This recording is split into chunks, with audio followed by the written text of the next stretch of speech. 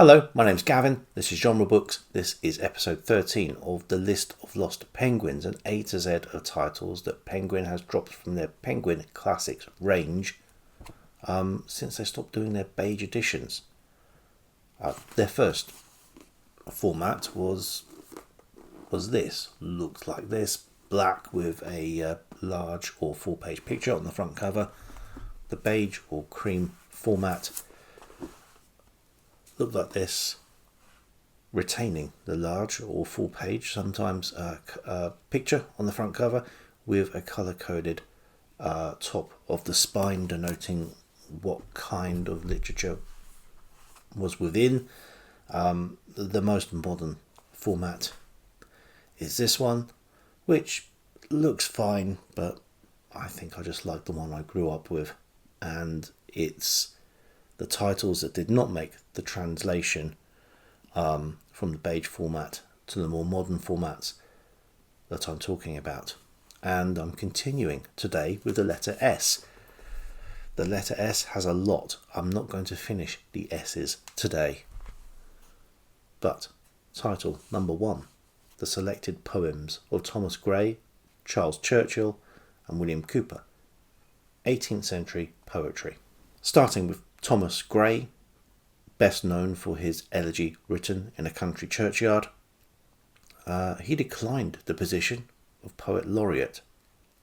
Along with Cowper, he was one of what were known as the graveyard poets, cheerily. However, not all of his poetry seemed so dour if you look at the titles. Ode to the Death of a Favourite Cat, Drowned in a Tub of Goldfishes. Charles Churchill, poet and a satirist, another clergyman satirist, like John Oldham from the previous episode. And again, he began his career in poetry, publishing anonymously. When it was revealed who was behind these anonymous satirical poems, he was relieved of his church duties.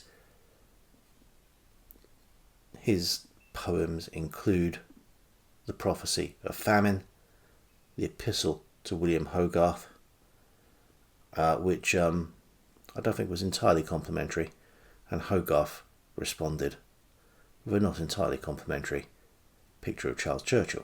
William Cowper was a poet and a hymn writer. Probably his most famous poem would be Light Shining Out of Darkness, where we get the well-known line, God moves in mysterious ways his wonders to perform. He was also a poet often quoted by Martin Luther King in his speeches. Not all of his works, I think it was just a particular poem that King often went back to and referenced. Title number 2 this week is another set of selected poems, the selected poems of Hood, Praed and Beddoes. This is Regency and early Victorian poetry. Thomas Hood. Looking at the titles of these poems, I can't say I've read any Thomas Hood, but I don't think you'd be describing him as a graveyard poet. Spring is his cheery, flowers, the song of the shirt. He also wrote for Punch. Okay, maybe Farewell Life isn't as cheery a subject, but he certainly seems to have a bit more of a spring in his step than his 17th century counterparts. Winthrop Mackwood Praed was a poet and a barrister. There is still a Praed society at Eton where he went to school, a society which meets and discusses poetry. Thomas Lowell Beddoes was a poet and a dramatist and a physician. His works include Death's Jest Book and the blank verse drama The Birds of Tragedy. The third title in today's list, we go back to Roman times and more modern translations of those Roman works. Seneca in English. Seneca the Younger, exiled by Claudius, executed by Nero, axed by Penguin. These are translations from the 1550s right up to the 1990s. You could make an argument that some of these works have been removed from the roster of Penguin Classics because, they may not be well known enough. There are certainly writers on this list I'd never heard of before. William Shakespeare is not one of them, but he has 2 books here. Now don't worry, Penguin still make enough editions of Shakespeare, but these have been dropped from the Penguin Classics range. The narrative poems, Venus and Adonis, the Phoenix and the Turtle, you know the works. Obviously these are published elsewhere, but we do lose the introductions and the commentary and the notes and the reading list for further reading.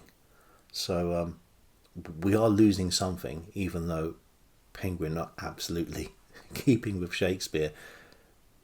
As long as they teach it in schools, they're going to be producing the books for the students. Also gone, Shakespeare, the Roman plays. So Coriolanus, Julius Caesar, Antony and Cleopatra. Again, the plays are available, but these particular editions, these introductions and notes and what have you, I'm not sure whether they have been reproduced in the other versions published by Penguin. But Shakespeare, definitely one of the larger names to appear on this list. And George Bernard Shaw is no slouch in the drama department either, but he has his major critical essays dropped for book number 6. Essays including The Quintessence of Ibsenism, The Perfect Wagnerite, and The Sanity of Art. More selected poems next, and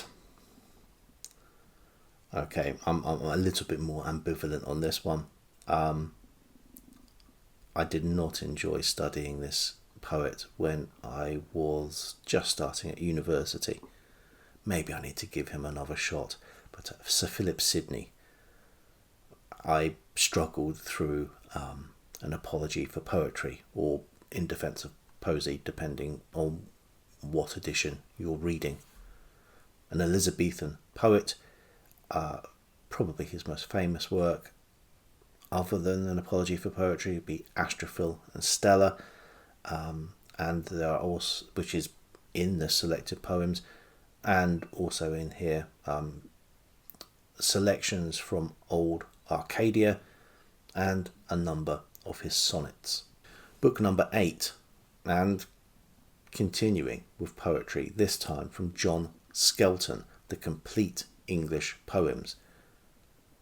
Another Penguin polymath, poet, playwright, priest, and tutor to the young Henry Tudor, a Tudor tutor. So Henry, before he became Henry VIII. So he's early Tudor. He's a prototype poet laureate.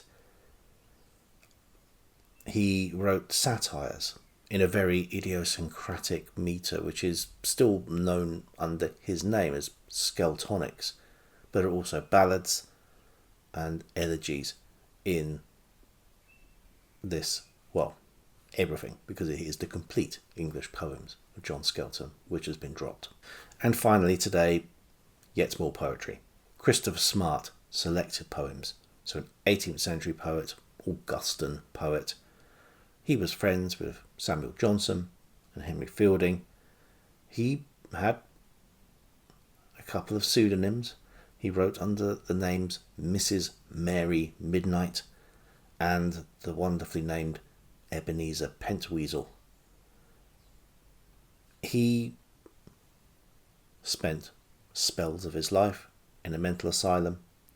He died in a debtor's prison.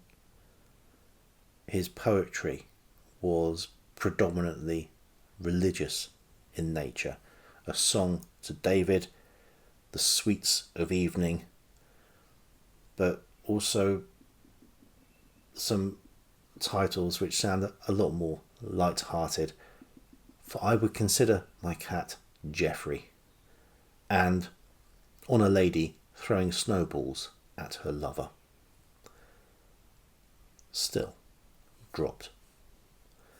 I'll be continuing S next week, but until then, bye.